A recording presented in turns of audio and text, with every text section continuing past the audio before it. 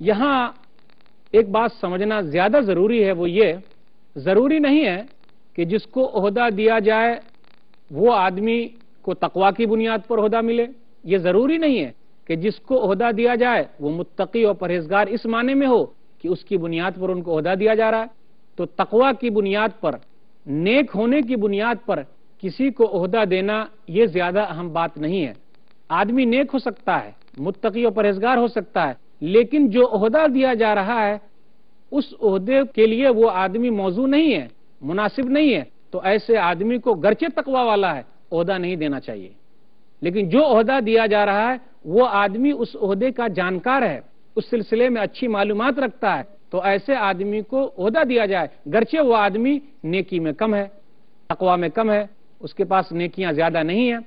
یوسف علیہ السلام جانتے تھے، انہوں نے خواب کی تعبیر بیان کی تھی، وہ خواب یہی تھا جو بادشاہ نے دیکھا تھا، کس طریقے سے قحط سالی آئے گی اور اس درمیان میں کس طریقے سے مال کو بچا کے رکھنا ہے۔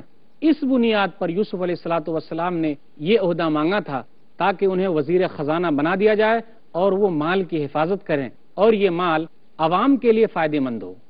اسی طرح یاد رکھیے، فرائض کی ادائیگی یہ بھی امانت ہے، ہم کو جو بھی ذمہ داری دی جائے ہم اس میں خیانت نہ کریں۔ اسلام ہم لوگوں کے پاس ایک امانت ہے تاکہ ہم دوسروں تک پہنچائیں، اور جس کو امیر بنایا گیا ہے، جس کو ذمہ دار بنایا گیا ہے، اگر اس نے اپنی ذمہ داری کا غلط استعمال کیا تو قیامت کے دن اس کی پکڑ ہونے والی ہے، اور ایک جھنڈا اس کے ساتھ ہوگا کہ یہ آدمی خیانت کرنے والا ہے، غداری کرنے والا ہے۔ نبی صلی اللہ علیہ وسلم نے ایسے امیر کے بارے میں کہا، صحیح مسلم کتاب الجہاد کتاب نمبر 32 حدیث نمبر 1738، نبی نے کہا لکل غادر لواء یوم القیامہ، سنو قیامت کے دن ہر غدار کے ساتھ ایک جھنڈا ہوگا۔ الا، پھر آگے کہا الا سنو، اس سے بڑی غداری کیا ہوگی کہ ایک امیر آدمی، ایک ذمہ دار آدمی غداری کرتا ہے۔ نبی صلی اللہ علیہ وسلم نے تو یہاں تک کہا، صحیح مسلم کتاب الامارہ کتاب نمبر 33 حدیث نمبر 1833، فَقَتَمَنَا مِخْيَةً فَمَا فَوْقَهُ، نبی صلی اللہ علیہ وسلم نے کہا کہ ہم نے جس کو امیر بنایا ہے اگر اس نے ہم سے ایک سوئی یا اس سے کم چیز بھی چھپا لیا تو یہ قیامت کے دن یہی تو غداری ہے اور یہی تو خیانت ہے، وہ قیامت کے دن ان چیزوں کو لے کر آئے گا۔ اس لیے قرآن مجید میں ڈرایا گیا ہے اور کہا گیا ہے کہ جو کوئی بھی آدمی غداری کرتا ہے، خیانت کرتا ہے، اس سے بڑا ظالم کوئی ہو ہی نہیں سکتا۔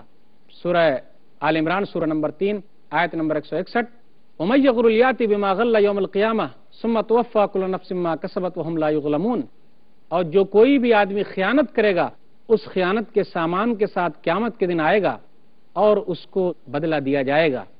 جب نبی صلی اللہ علیہ وسلم نے بیان کیا تھا کہ جو کوئی بھی آدمی ہم سے ایک سوئی چھپاتا ہے تو یہ خیانت ہوگی، غداری ہوگی اور قیامت کے دن اس کو لے کر آئے گا، تو ایک صحابی کھڑے ہو گئے اور کہا، ان کے اندر کس طریقے سے خوف تھا، ڈر تھا، کہا اللہ کے رسول اقبل انی عملک، اللہ کے رسول آپ مجھ سے عہدہ لے لیجئے۔ تو نبی نے کہا کیوں؟ پھر نبی صلی اللہ علیہ وسلم نے کہا ہم نے جس کو بھی عامل بنایا ہے، امیر بنایا ہے، فَلْيَجِي بِقَلِيلِهِ وَكَثِيرِهِ، تو وہ تمام چیزوں کو لے کر ہمارے پاس حاضر ہو جائے۔ نبی صلی اللہ علیہ وسلم نے منع کیا کہ اگر کوئی آدمی امیر ہے، ذمہ دار ہے، تو وہ آدمی اس پر رہتے ہوئے کسی کے تحفے تحائف کو قبول نہ کرے۔ نبی نے کہا، صحیح مسلم کتاب الامارہ کتاب نمبر 33 حدیث نمبر 1832، نبی صلی اللہ علیہ وسلم نے کہا ایک آدمی ہے ابن لطبیہ، ان کو نبی نے صدقہ و خیرات کے مال کے لیے بھیجا، تو وہ مال لے کر آئے اور کہا ھذا لکم وھذا اہدی لی، یہ آپ کے لیے ہے اور یہ مال مجھے ہدیہ کیا گیا ہے۔ تو نبی نے کیا کہا، کیا کوئی آدمی جب گھر پہ بیٹھتا ہے، ماں باپ کے پاس ہوتا ہے، تو اسے لوگ ہدیہ دینے کیوں نہیں آتے؟ جب عہدے پر ہوتے ہیں تبھی لوگ اسے ہدیہ دیتے ہیں۔ تو نبی نے منع کرتے ہوئے لوگوں سے یہ کہا، یاد رکھو میں نہیں چاہتا ہوں کہ قیامت کے دن تم اس حالت میں آؤ کہ اونٹ تمہارے ساتھ ہو، اونٹ کی آواز آ رہی ہے، پھر اسی طرح گائے ہے وہ ڈکار رہی ہے، پھر اسی طرح بکریاں ہیں وہ چلا رہی ہے، ایسی حالت میں مت آنا، کیونکہ تم نے جس چیز میں بھی خیانت کی ہے وہ تمام چیزیں حاضر ہونے والی ہے۔ پھر اللہ کے رسول صلی اللہ علیہ وسلم نے کہا اللہم حل بلغت، اے اللہ ہم نے یہ باتیں لوگوں تک پہنچا دی۔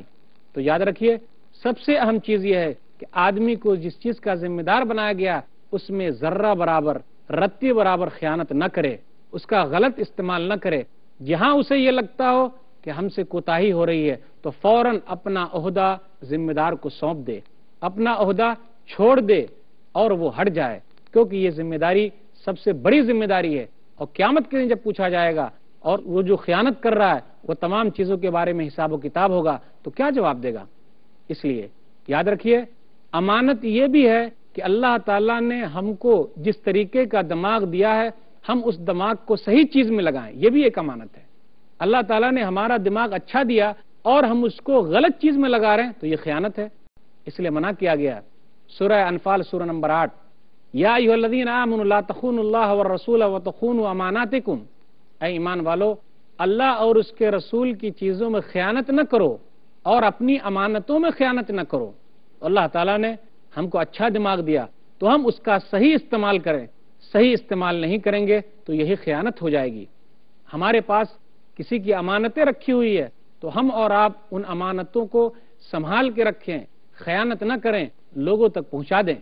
اللہ تعالیٰ نے کہا سورہ نساء سورہ نمبر 4 آیت نمبر 58، ان اللہ یامرکم ان تعدوا الامانات الی اہلھا، اللہ تعالیٰ تم لوگوں کو حکم دیتا ہے کہ امانتیں ان کے اہل تک پہنچا دو۔ اگر ہم اور آپ اس میں خیانت کریں گے تو قیامت کے دن ہماری پکڑ ہونے والی ہے۔ یاد رکھیے اہم امانت کیا ہو سکتی ہے۔ اسی طرح اپنی بیوی سے ملنا اور وہ راز جو ہے بیوی کے ساتھ ملنے کا ہمارے لیے امانت ہے، ہم اس میں خیانت نہ کریں، راز فاش نہ کیے جائیں، ورنہ قیامت کے دن اس سے برا کوئی آدمی نہ ہوگا جو اپنی جنسی راز کو فاش کرتا ہے، لوگوں کو بتلاتا ہے۔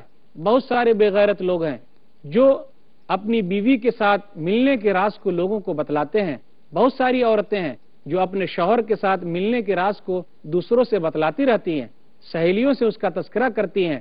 یہ لوگ اچھے لوگ نہیں ہیں، یہ لوگ امانت میں خیانت کرتے ہیں اور یہ منع کیا گیا ہے۔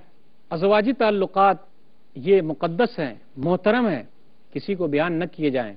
یاد رکھیے نبی صلی اللہ علیہ وسلم نے ارشاد فرمایا، صحیح مسلم کتاب النکاح کتاب نمبر 16 حدیث نمبر 1437، ان من اعظم الامانۃ عند اللہ یوم القیامہ الرجل یفضی الی امرأتہ وتفضی الیہ ثم ینشر سرہا، کہ قیامت کے دن سب سے بڑی امانت وہ ہے کہ آدمی اپنی بیوی سے ملتا ہے اور بیوی اپنے شوہر سے ملتی ہے، پھر وہ آدمی راز کو فاش کر دیتا ہے۔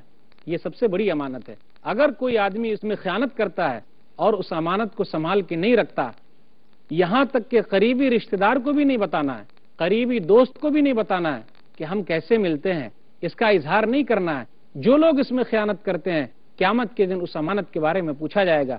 اس لیے لوگوں کو ڈرنا چاہیے۔ یاد رکھیے دوسروں کے راز بھی ہمارے پاس امانت ہے۔ اگر ہم کسی مجلس میں شریک ہیں، بہت ساری باتیں ہو رہی ہے، تو مجلس کے راز کو ہم فاش نہ کریں، دوسروں کو نہ بتلائیں کہ ایسی ایسی باتیں ہو رہی ہے۔ بہت سارے گھر اس لیے برباد ہو گئے، بہت سارے لوگ اس لیے برباد ہو گئے کہ مجلسوں کے راز کو ان لوگوں نے ظاہر کر دیا۔ بہت سارے لوگ ایسے بھی ہوتے ہیں مجلس میں بیٹھے ہوئے ہیں، سب لوگوں کے ساتھ بیٹھے ہوئے ہیں، لیکن باہر جا کر راز فاش کر دیتے ہیں، تعلقات خراب ہو گئے، گھر بگڑ گئے۔ ایسا نہیں، اس لیے لوگوں کے راز ہم لوگوں کے لیے امانت ہے۔ امانت اتنی اہم چیز ہے کہ حضرت انسانی ایک ایسا ہے جو اٹھانے کے لیے تیار ہو گیا ہے۔ اللہ تعالیٰ نے اس امانت کو پہاڑوں پر، آسمانوں پر، زمین پر پیش کیا لیکن تیار نہیں ہوئے۔ کیا کہا اللہ نے؟ سورہ احزاب سورہ نمبر 33 آیت نمبر 72، انا عرضنا الامانۃ علی السماوات والارض والجبال فابین ان یحملنها واشفقن منها وحملها الانسان انه کان ظلوما جہولا، کہ ہم نے امانت کو آسمان و زمین پر، پہاڑوں پر پیش کیا لیکن وہ لوگ تیار نہیں ہوئے۔ حضرت انسان نے اٹھا لیا، بڑا ظالم ہے اور جہالت والا ہے، بہت جاہل ہے، نادان ہے۔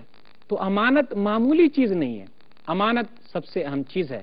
میں نے جو بات آپ کے سامنے رکھی وہ یہ کہ امانت کا مفہوم کافی وسیع ہے، تمام لوگوں سے امانت کا، دیانت کا، امانت داری کا ثبوت دینے کے لیے کہا گیا ہے۔ لوگوں کو کہا گیا کہ لوگ ہر طرح کی امانت کو اپنے پاس محفوظ رکھیں۔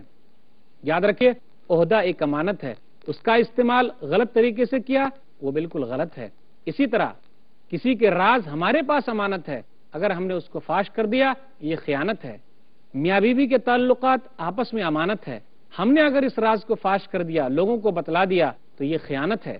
اور سب سے اہم امانت کی چیز یہ ہے کہ اسلام ہمارے لیے امانت ہے، اگر ہم نے اس پر عمل نہیں کیا اور لوگوں تک اس پیغام کو نہیں پہنچایا تو ہم اور آپ خیانت کرتے ہیں۔ اس لیے ہمارے لیے ضروری ہے کہ ہم امانت کے مفہوم کو سمجھیں اور اس پر عمل کریں۔ اللہ تعالی ہم لوگوں کو امین بنائے، آمین۔ وآخر دعوانا الحمدللہ رب العالمین، سبحان ربک رب العزت عما یصفون وسلام علی المرسلین والحمدللہ رب العالمین، والسلام علیکم ورحمۃ اللہ وبرکاتہ۔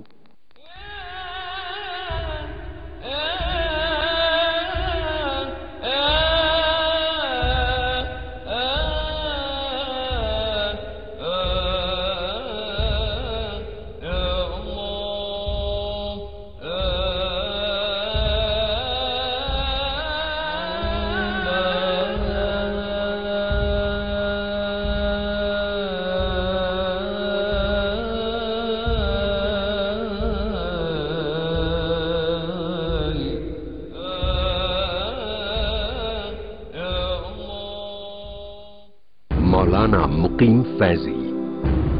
نبی کائنات صلی اللہ علیہ وسلم کا ارشاد گرامی ہے، میں نے تمہیں ایسی روشن شاہراہ پر چھوڑا ہے جس کی راہ